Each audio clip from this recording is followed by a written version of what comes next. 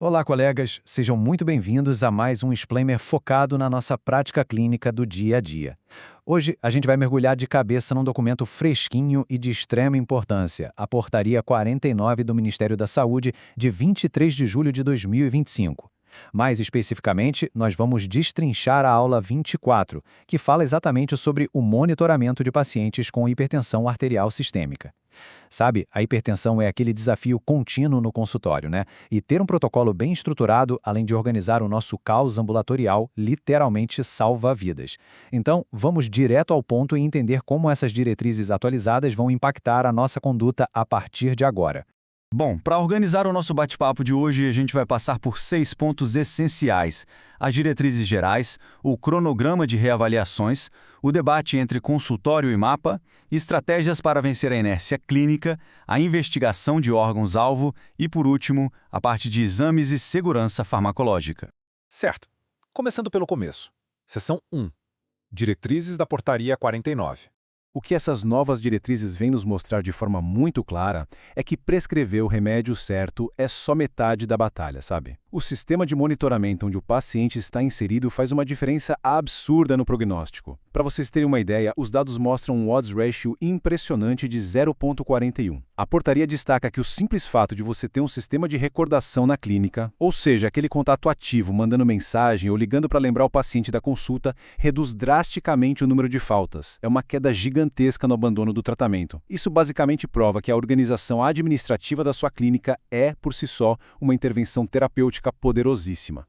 E olha, os benefícios vão muito além da sala de espera cheia. Esse mesmo sistema de recordação ativa está associado a uma melhora super significativa no controle da pressão arterial, com um odds ratio de 0,54. E quer saber o mais incrível? Isso reflete numa redução real da mortalidade por todas as causas num segmento de 5 anos. Em resumo, garantir que o paciente volte para a consulta impacta diretamente no tempo de vida dele. É muito forte isso. Vamos lá, seção 2, cronograma de reavaliações.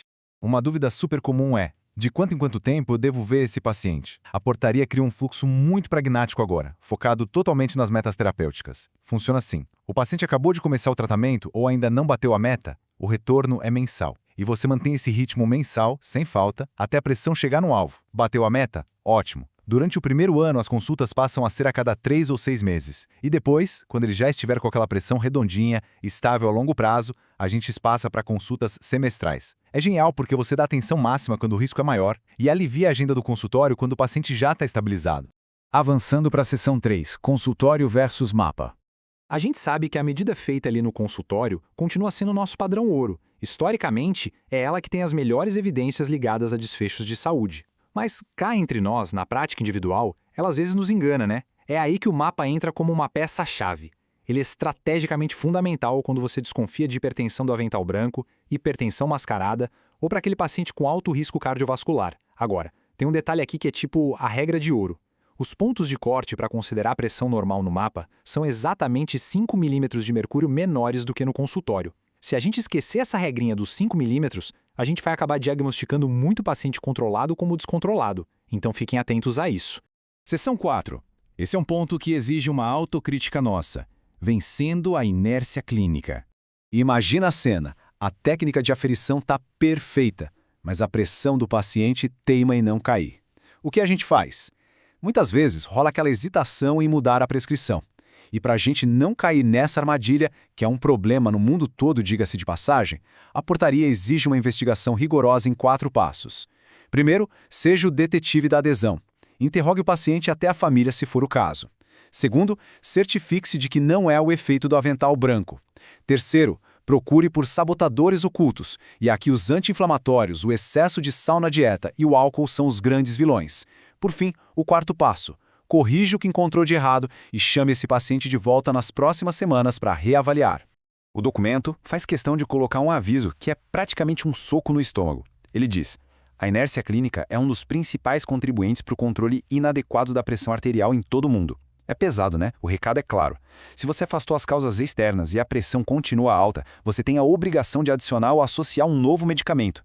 Ficar só ali, olhando passivamente aquela pressão de 15 por 9 meses a fio, bom, isso simplesmente não é mais uma conduta clínica aceitável. Certo, seção 5 agora. investigação de órgãos-alvo. Enquanto a gente combate essa inércia medicamentosa, a nossa anamnese tem que ser super incisiva. A hipertensão é aquela doença silenciosa que vai comendo pelas beiradas, mas ela deixa pistas se você souber onde procurar. A dica é organizar as perguntas por sistema. Na parte neurológica e ocular, a gente tem que buscar ativamente por cefaleia crônica, qualquer alteração visual ou mesmo déficits cognitivos supersutis. No coração, foco em dor torácica, dispneia ou edema. Na parte renal, não subestime perguntas simples sobre poliúria ou noctúria. Acordar muito à noite para fazer xixi diz muita coisa. E claro, a avaliação vascular periférica. Pergunte sobre extremidades frias e claudicação intermitente. Esse interrogatório direcionado tem que fazer parte da sua rotina de reavaliação.